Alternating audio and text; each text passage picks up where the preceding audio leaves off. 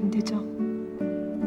Movie के start होते ही हमें एक लड़का दिखाया जाता है जो चेंज होता रहता है। कभी कोई लड़का बन जाए तो कभी लड़की बन जाए, कभी कोई बूढ़ा आदमी बन जाए या कभी कोई बच्चा बन जाए। मूवी का मेन कैरेक्टर जिन नाम का एक लड़का है जिसका कोई एक फेस नहीं है बल्कि वो चेंज होता रहता है और वो अपनी स्टोरी को हमारे सामने एक्सप्लेन कर रहा होता है। वो कहता है कि जब भी वो सोकर उठता है तो वो एक नया इंसान बन जाता है। कभी वो बूढ़ा आदमी बन जाता है तो कभी बच्चा बन जाता है, कभी कोई जवान लड़की या कभी कोई लड़का। उसकी बॉडी, उसका पहचान सब कुछ चेंज हो जाता है, यहाँ तक कि फॉरेनर भी बन जाता है और उसके साथ साथ उसकी आवाज और आईसाइट भी चेंज हो जाती है। इट्स मीन्स उसको जो भी बॉडी मिलती थी उसके बॉडी पार्ट्स उसके एज के अकॉर्डिंग मिल जाते थे। यही वजह थी कि वो अपने पास अलग अलग आईसाइट के ग्लासेस, अलग अलग साइज के जूते और हर जेंडर के कपड़े रखता था। वो बताता है उसका प्रोफेशन फर्नीचर डिजाइनिंग है। सबसे पहले वो फर्नीचर के डिजाइन खुद अपने हाथों से बनाता था और उसके बाद खुद ही फर्नीचर तैयार भी करता था। जिस हालात से वो गुजर रहा था अब उसे इसकी आदत हो चुकी थी, क्योंकि वो नहीं जानता था कि वो नॉर्मल हालात में कैसे आए। वो अपने सारे काम ऑनलाइन ही करता था क्योंकि इंटरनेट पर लाइव आने की जरूरत नहीं पड़ती थी। उसके इस सीक्रेट के बारे में सिर्फ दो ही लोग जानते थे, एक तो उसकी मदर और दूसरा उसका फ्रेंड जिसका नाम सैंग था। फिर हमें सैंग दिखाया जाता है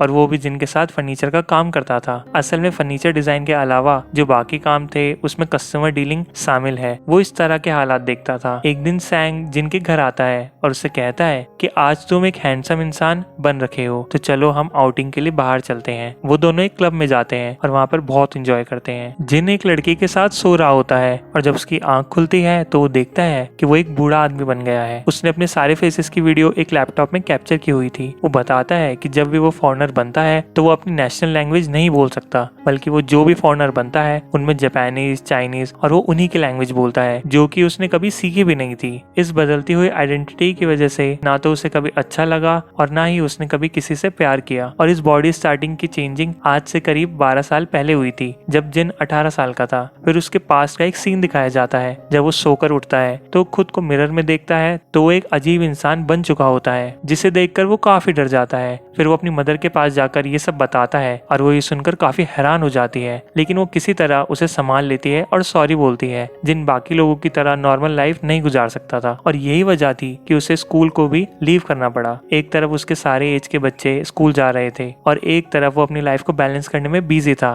एक दिन सैंग जिनके घर पर कुछ सामान लेकर जाता है, तब एक मिडिल एज लेडी दरवाजा खोलती है और वो सैंग को खाना ऑफर करती है। सैंग समझता है कि शायद ये जिनकी मदर है, लेकिन तुरंत वहाँ पर जिन की रियल मदर आ जाती है। तब उसे पता चलता है कि वो कोई और नहीं बल्कि जिन है। वो काफी हैरान हो जाता है और उसे कुछ भी समझ नहीं आ रहा होता कि आखिर क्या हो रहा है। फिर वो रियलिटी जानने के लिए जिन के बारे में कुछ सवाल पूछता है, ऐसे बातें पूछता है जो सिर्फ जिन को ही पता थी, जिस पर वो लेडी सारे क्वेश्चंस के आंसर बिल्कुल ठीक देती है, जिस पर वो सुनकर सैंग काफी हैरान हो जाता है और उस पर हंसना शुरू कर देता है। इस इंसिडेंट के बाद सैंग हर रोज जिनके घर आता था और जिन एक नया इंसान ही बना होता था। वो दोनों बातें करते थे और हमेशा हंसते ही रहते थे।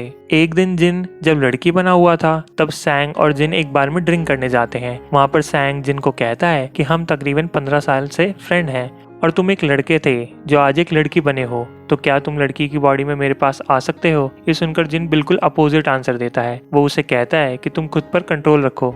अगले दिन वो लोग फिर मिलते हैं और अब जिन एक लड़का बना हुआ था। सैंग उसे बताता है कि सैंग जिस कंपनी में काम करता है उसका ओनर जिन के डिजाइन्स को चोरी कर रहा है। ये सुनकर जिन को एक आइडिया आता है और इस आइडिया को यूज करके वो खुद की एक कंपनी बनाने का डिसीजन लेता है और उस कंपनी का नाम वो ALX चूज करते हैं। उसी वक्त वो लोग ये भी डिसाइड कर लेते हैं कि जिन फर्नीचर के डिजाइन बनाएगा और सैंग लोगों को हायर करके उन्हें सेल आउट करेगा। पहले जिन सिर्फ एक फर्नीचर मेकर होता है, लेकिन अब वो फर्नीचर मेकर और सप्लायर दोनों बन जाता है। फिर एक दिन जिन फर्नीचर शॉप में जाता है और वहाँ पर कुछ नॉब देख रहा होता है। इसी दौरान एक सू नेम की लड़की उसे देख रही होती है। वो उसी शॉप की वर्कर होती है। फिर वो जिन से पूछती है कि तुम्हें क्या चाहिए, जिस पर जिन कहता है कि मुझे एक ऐसी चेयर चाहिए जिस पर बैठकर मुझे ऐसा लगे कि मैं घोड़े पर बैठा हूँ। ये सुनकर वो उसे एक ALX नेम की साइट दिखाती है और कहती है यहाँ तुम्हें सब कुछ बेस्ट मिल जाएगा। इसका मतलब ये होता है कि वो जिन को उसी की बनाई हुई वेबसाइट सजेस्ट करती है, जिससे जिन उससे पूछता है कि क्या ये बात अलाउड है कि किसी दूसरे के सामान की तारीफ करना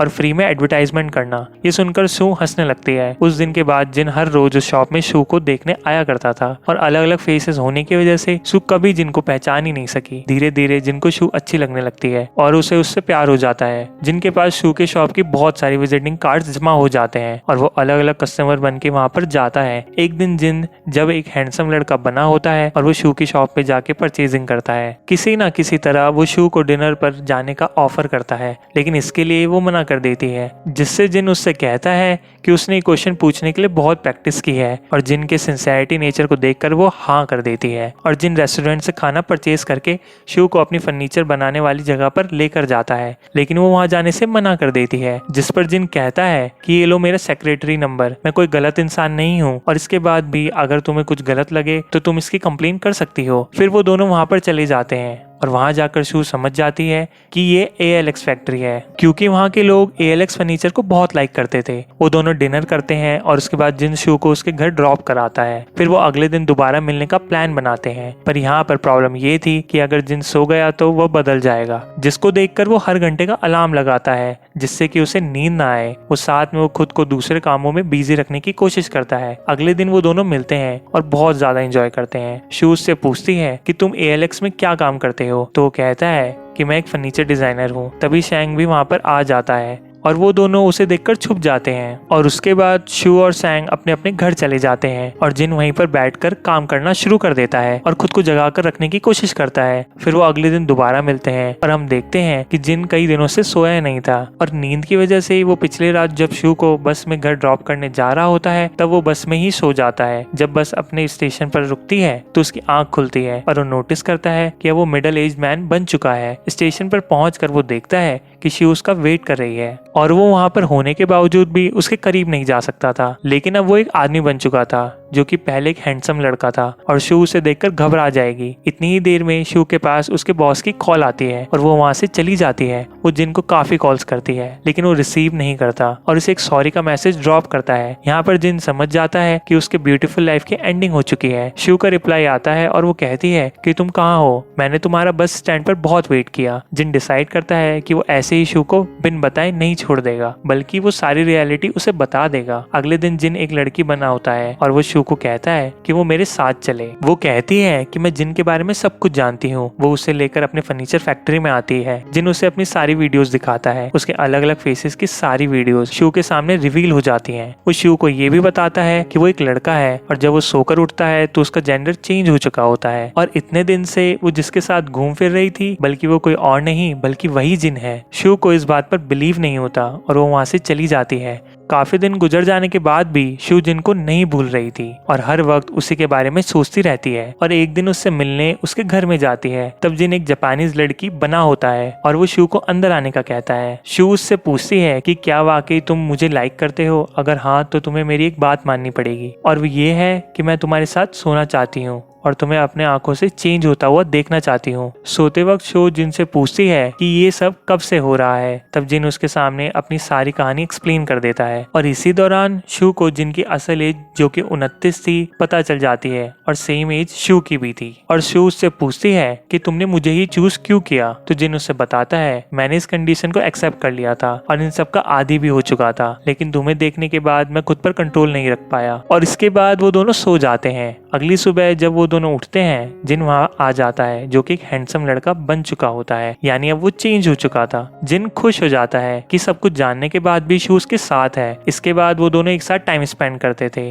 और हमेशा साथ रहते थे। वो दोनों एक हैप्पी लाइफ गुजार रहे थे। अगले दिन शू जिन की नेक पर एक टैटू बनवाती है जिससे कि ये पहचान हो सके कि ये जिन ही है। एक रात जिन को शो के साथ एक पार्टी में जाना था, लेकिन वो एक बूढ़ी औरत बना हुआ था। वो सोने की काफी कोशिश करता है लेकिन उसे नींद नहीं आती। पार्टी में सब लोग अपने पार्टनर के साथ आए थे लेकिन शू बिल्कुल अकेली थी। सब लोग शू के पार्टनर को देखना चाहते थे और वो उससे पूछते हैं कि वो कहाँ पर है, क्योंकि सब ने शू को अलग अलग इंसान के साथ देख रखा था। और तभी पार्टी में एक लड़का शू का उसी उसी तरह हाथ पकड़ता है जिस तरह की जिन ने उसे कहा था और वो पहचान जाती है कि वो जिन है। उसे देखकर पार्टी में सब लोग हैरान हो जाते हैं, खास तौर पर शू की बॉस। अगले दिन वो एक लड़की बना होता है और वो शू को अपनी मदर के पास मिलवाने लेकर जाता है। जिनकी मदर शू को थैंक्स बोलती है कि वो उसके बेटे के साथ है। फिर सुबह जिन खुद से सवाल करता है कि क्या शू शादी के लिए एग्री हो जाएगी, क्या मुझसे उसे शादी के लिए पूछना चाहिए, और कई दिन वो अपनी वेडिंग रिंग बनवाने में ही स्पेंड कर देता है। फिर अगले दिन शू डॉक्टर से बात करती है। वो अपनी कंडीशन और जिनके चेंज होने की सारी बात बता देती है। डॉक्टर शू को टेंशन और डिप्रेस की मेडिसिन प्रेफर करता है और अब जिन एक खूबसूरत लड़का बना होता है। शू उससे कहती है कि मुझे तुम्हारे साथ बैठा हुआ वक्त काफी अच्छा लगता है और दिल ये कहता है कि ये वक्त कभी गुजरे ही ना। मेरी विश है कि तुम भी मेरी तरह एक नॉर्मल इंसान बन जाओ। फिर वो शू से पूछता है कि क्या वो मेरे से शादी करेगी, जिस पर वो कोई जवाब नहीं देती। फिर वो उसके घर पे उसे ड्रॉप करने जा रहा होता है और रास्ते में भी वो शू से पूछता है कि क्या वो मुझसे शादी करेगी। शू से गाड़ी रोकने का कहती है। शू उससे कहती है कि शादी कोई आम चीज नहीं है, मैं अपने घर वालों को क्या बताऊंगी कि एक ऐसा लड़का है